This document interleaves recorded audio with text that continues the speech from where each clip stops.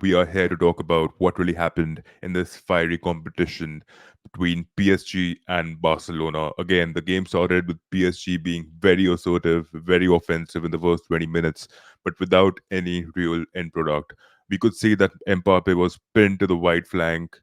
Dembele was on the right. Asensio again in the middle, playing as a false nine, was taking a few touches here and there, but wasn't really keeping Orua or Kubarsi unsettled. That's where I think Barcelona's defenders did a really good job, and especially with the low block, which Sergi Roberto, De Jong were helping them in consolidating a good shape and keeping themselves organized throughout that first 45. In the first 20 minutes, we saw that Mbappe and Dembele had a couple of chances, not really full chances, but half chances, which had some level of XG attached to it. Kangli was supporting Dembele on the right flank, and Bettina and Ruiz were a bit too subdued in those situations, being occupied by Roberto and De Jong in the first half. I felt what really changed the game for PSG was the way Vitinha and Ruiz were used by Luis Enrique in the second half. I think Enrique went in with a phenomenal tactic, tweaking the lineup a bit. Obviously, Asensio was taken off in the first after the first 45, and Barcoli or Barcola, whatever his name is, was instated in the right position, played as a right winger. Dembele was pushed to the left, and Mbappe started in the center. And then gradually, you saw in the game, Dembele was again playing in that center false nine role and was rotating with Barcola on the right. Mbappe being pinned to that wide left position. That's where I felt in possession PSG. Mbappe could have been a little more fluidic if Enrique would have not instructed him to stay on that wide flank. The reason being, Nuno Mendes was not allowed to surge ahead. He was not able to get that overlap, which he barely made on 2, 3 occasions throughout the board 90. If Mbappe would have been allowed to be in that flexible position of going into the box and being a little more, um, mobile in that situation, tactically, Mendes could have made a lot more impact than he did. Nuno Mendes going ahead in the first half too was able to get past Jules Koundé and Orua in this in two on two occasions. He was able to do that, and that was really phenomenal to watch. And I thought personally that PSG had a little more attacking impetus in the second half. I think they started the second half on a really high note, scoring 2 goals because of Vitinha. Vitinha was a game changer for them, constantly being a threat in that midfield.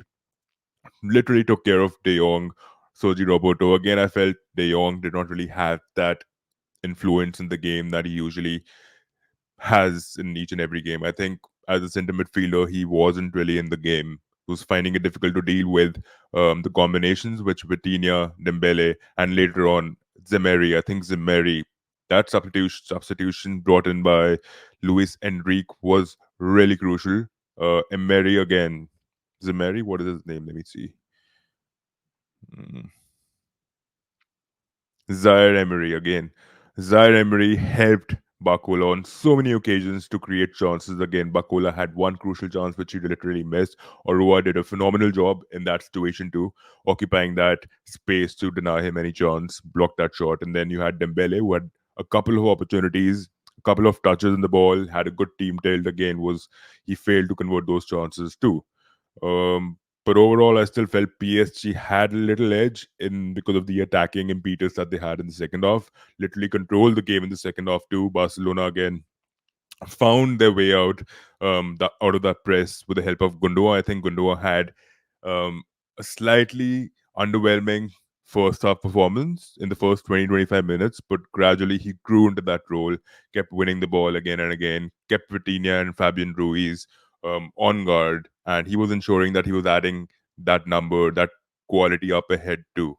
Again, I feel bad for Gundogan because I felt that the other players around him were letting him down on so many occasions, especially Frankie de Jong. I think in the first half, again, Kang Lee and Fabian Ruiz were literally dominating over Frankie de Jong, and he was literally scuttering his way out here and there. Um, but yeah, overall, I think if we talk about Barcelona in off the ball, there was a massive difference. Barring the goals, there was a massive difference in the first and the second half. Second half, they were a bit more leaky. They had a little more they had a few more gaps in that defensive line. They could have actually been a little more cohesive in that situation where Mbappe and Barcola and Dembele were taking advantage of. I think PSG again should have been a little more clinical to get a few goals here and there. But again, Barcelona were tremendous. Raphinha had a ball of a game. What a baller! Made a couple of good runs in the first half too. The first being that counter-attacking, where I think Kang Lee lost the ball and Raphinha took advantage of that. The Barcelona again, the defensive line was helping Raphinha again in making those long runs by playing long. Again, Barcelona wanted to surpass PSG's press because this PSG midfield brings in a lot more quality than the PSG midfield we've seen in the receding seasons. I think Vitinha, Fabian Ruiz, and Kangli. This is a really dangerous midfield. Again, a bit underwhelming in the first half, but then the tactics which were tweaked, as we've already spoken about that, really added on to that attacking impetus. But again, Rafina is the man. He is the man who scored those two goals, and he was really influential in this game. I think Liamal literally let him down on a couple of occasions where he was asked to square the ball, but he really went for the goal. Lewandowski, Raphinha had a phenomenal game. Sergi Roberto again in the first half was really crucial for Barcelona in that midfield to be holding that line and to be holding that shape. Gundogan had a really good game overall, and even the Barcelona defenders. Even if I talk about Beraldo, I felt Beraldo a little more physical, was fouling the attacking players a little too much. But again, in that moment, you really need a defender like him who is able to nullify any threat altogether. Lucas Hernandez, I think he had a really on and off game. In the first half, I think he was super underwhelming and he was literally dancing on his feet because of Lewandowski. Again, Lewandowski embodying a proper number nine hold up play and was literally so tenacious on the ball. He was literally disposing of Rafinha and Yamal on so many occasions in the first half, too. I think Hernandez, the tweak which really helped him was in the second half. Marquinhos was shifted in the center half position. Hernandez played as a right back. That really helped Barcola and Unai Zemri in progressing the ball well ahead, which is where I felt PSG should have converted more chances, even though they lost the game 2-3. This is just the first leg. Barcelona again have are going to be playing this game at the Spotify Camp Nou stadium, and I feel that Barcelona really need to be. Um, they have a lot to learn from this game because PSG were literally bombarding into their box on so many occasions. But again, Orua and Kubarsi, they were really phenomenal throughout the game. Cancelo again, Cancelo and Kunde. I think Kunde had an on and off game too. Defensively, he was okay, but then he let his guard down. It's not really easy to deal with a player of Mbappe's quality. I think the pace is what PSG were literally capitalizing out of the most. Dembele and Mbappe offering that pace on the wide diagonals. That was the most ferocious thing that we saw in this game. Cancelo, I think, had a good game on and off. I think against Barcola, if you see, he had literally not pocketed him to that certain extent, but then he kept him at bay on so many occasions.